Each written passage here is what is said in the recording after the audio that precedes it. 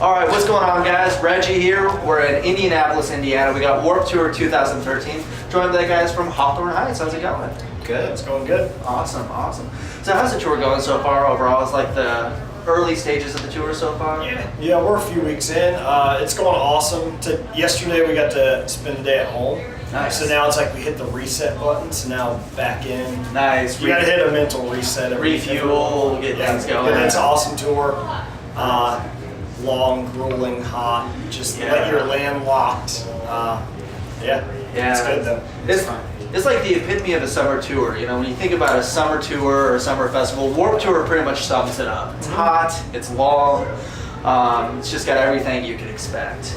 So one thing I think is interesting is though, your time slots, they alternate each day, it looks like. Yeah, it keeps us on our toes. Because there's mornings where, we'll wake up, we'll driven in the bus, ride in the bus all night, you wake up about 10 to your tour manager saying, hey, you're on at 11:15. Wow. It's kind of weird. It's cool. It keeps you out of a rut. Like on club shows, if you play at 9 every night or something like that, and then you play the same set. We play different sets every day. Okay. We play at a different time every day.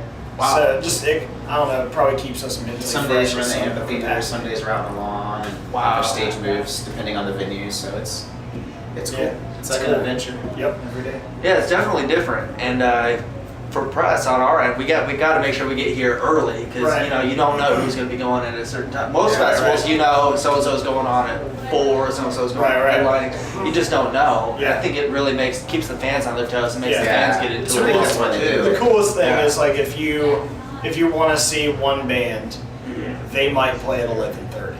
So you have to come here at 11, and maybe they play at 5. Theoretically you get 6 hours to go check out somebody you haven't heard of. Right. Yeah. Maybe you'll find your new favorite band. Who knows? So that's kind of cool. And Warped Tour is the best place to do that because there's so many bands. You're gonna find something you didn't know, or somebody you didn't. Maybe somebody you lost track of is playing something new, and you find that they're still going. It's really cool. Are you referring to us right now? No. But speaking of new stuff, the new album just came out, Zero. Yep. See that segue I did? Yeah, good, right? I like that. It's like you knew. I about it. This great album. I had a chance to check it out the day it came out. Thanks, man. I absolutely loved it. Thank you. What was the mindset going into that record as compared to maybe Skeletons or some of the older stuff? Basically we wanted to write as many songs as possible, as quick as possible, which is how we write anyway. And then we write a bunch of songs, then all the ones that are definitely bad, just go on. Like it's when you're writing at that pace. Yeah. So the mindset was starting out just to write as much cool stuff as possible, which is pretty obvious. And then JT just started writing lyrics, and we all had a discussion about doing like a concept record, and then trying to make all the lyrics interlock. And then that kind of gelled it all together, which is nice when you're just writing stuff as quickly as possible. So it was good. Like JT did a solo tour, so there was like the other we were all together without him, and then sending stuff by email and it just after you do it for 10 years, it's good to something like that can change it up just enough where it seems fresh again, which is cool. What are some of the advantages and some of the disadvantages about doing a record like that? A lot of bands do it that way, but a lot of bands do it where they're all together, writing together in the same room. We've always done it where we're all together in the same room. I don't know if there is an advantage or disadvantage. I like this album, so I guess it would be seen as an advantage. I'm doing cool. But it's good. After doing it for so long, it's like, okay, let's write another record, blah, blah, blah, blah. I mean, it's good to change it up and actually have to be like, okay, well, email back, what do you think? And then get some verbal, good job and stuff like that. So it just changes it up. And when you guys have been doing it for so long, how do you keep the inspiration fresh and going? After a while, I would assume it's easy to kind of get, in a rut and get, maybe stale when you're writing. How do you keep the inspiration going?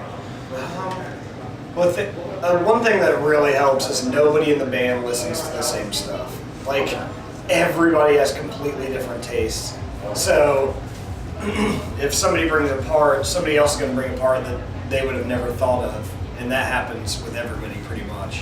Which keeps the song writing experience fresh, because there's parts that Micah would come up with for me on bass, and I'm like, I never would have thought of that. And Mike is like, well, you can do your own version. I'll be like, I would have never thought that's awesome. Let's do that. So Cool. like there's just little things like that that kind of spark the flame a bit. What's your favorite thing about Zero? What separates it to you personally from past albums? I think it's ambitious.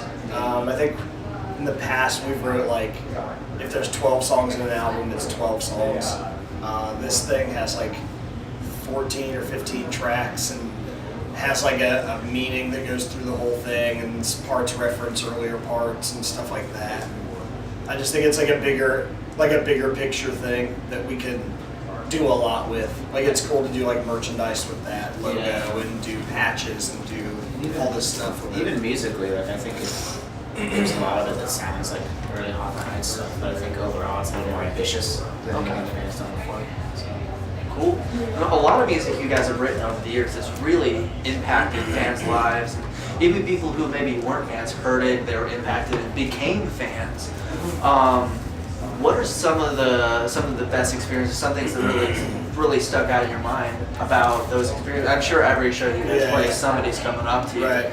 Yeah, I mean, there's a lot of people that come up every day that say like, "You guys saved my life," stuff like that, which is always really cool. I feel like we're too far in it to really understand how that's possible, but we hear it enough that it has to be possible, I guess.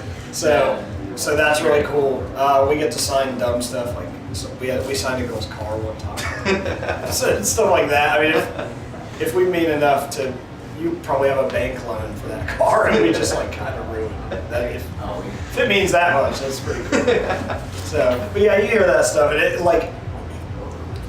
that's why you do it, I guess. I mean, we do it because we like to play music, but it's also good to get somebody saying, "You guys changed my life," or something like that. Like as you travel across the world, just sleeping wherever you can find a bed-like thing, it's good to get some reassurance that it's not totally pointless. Okay, cool. So you guys are going on at 6 o'clock today. Yep. Is it tougher playing later in the day in the evening as opposed to during in the morning? I think we figured it out last night, and there's a window from 4:30 till 5:30. That's perfect. Okay. Because you still get to eat lunch and dinner. Nice. It's not too late, so the kids are still there. But 6 is all right. We're gonna miss dinner, but whatever. But playing at 8 is too awful because you're just like at merch and you do signings all day, and then by the time you get around to playing, you're just so tired that you don't even you're just like, oh my god. And the kids, the couple of times that we played really late. We They're still all had a tired. good crowd, but you look out and they're singing along, but they're like zombies. Yeah. Like, Which we is played- understandable. We played Vegas and it was like 120 degrees. Oh my and God. I looked out and it was. Like we didn't even say like, all right, everybody move, or like everybody stand still. We don't want anyone to get catch hurt. a breeze. Just whatever you do, don't pass out. Everybody. And there was Yeah. ambulances just Wow. running just constantly.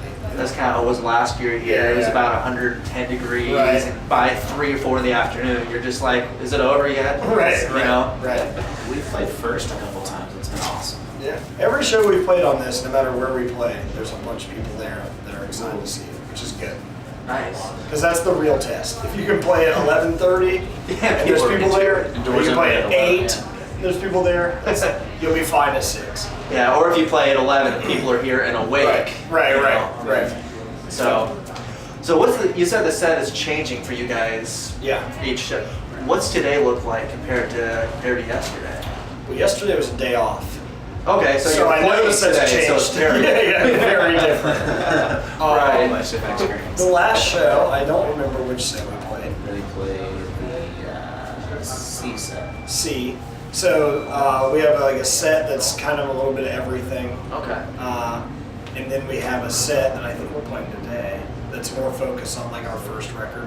And then we play a couple new songs and then play some stuff off the first record. Cool. And then tomorrow's set will be like, tomorrow's the day off. Tomorrow's set will be Next. getting into Canada. Yeah. That's always fun. But then we have another set July that's 4th. like Yeah. mainly stuff off our second record. Okay. And then new stuff too. I was gonna ask, when you're just on the tail end of releasing a new album, it's been out for maybe a week or two. Yeah. Are you playing a lot of new material? A lot of We old played a material? couple of new songs. Yeah. Okay. We don't want to berate anybody with that because if they want to hear old stuff and we Yeah. play new stuff, and to be honest, we recorded not long ago, and I would guess most of us don't remember how to play without practicing Right. a lot of it. So we practice a couple songs, and then just give people older stuff if they want that. If they don't want it, if they just want new songs, I guess they're screwed. Go Fair listen. enough. We look at it as, if you want to hear new stuff, we just came out with a new album. Listen to that. There we go. And then we'll play that on the tour sometime. So, Okay. Final question. Yeah. It's a little bit out there. If you could be any superhero, what would you call yourself and what would your power be? What was it? you can't be Wolverine. No, what was it? I'm Punisher? Yeah. Man, I don't know. On this tour, probably Aquaman. You gotta drink water, you'll Yeah. just get dehydrated. And your we body just had a shuts huge down. rainstorm yesterday Yeah, too. real nice. I'd say we'd be the Aquaman. Nice. Aquaman. Because Nice. we got that water. Nice. And we don't go to hospitals because it's hot. Like everybody else. There we go. Yep. Thanks a lot, guys. I really Yeah, appreciate no it. problem, Thank you so man. much. Thank you.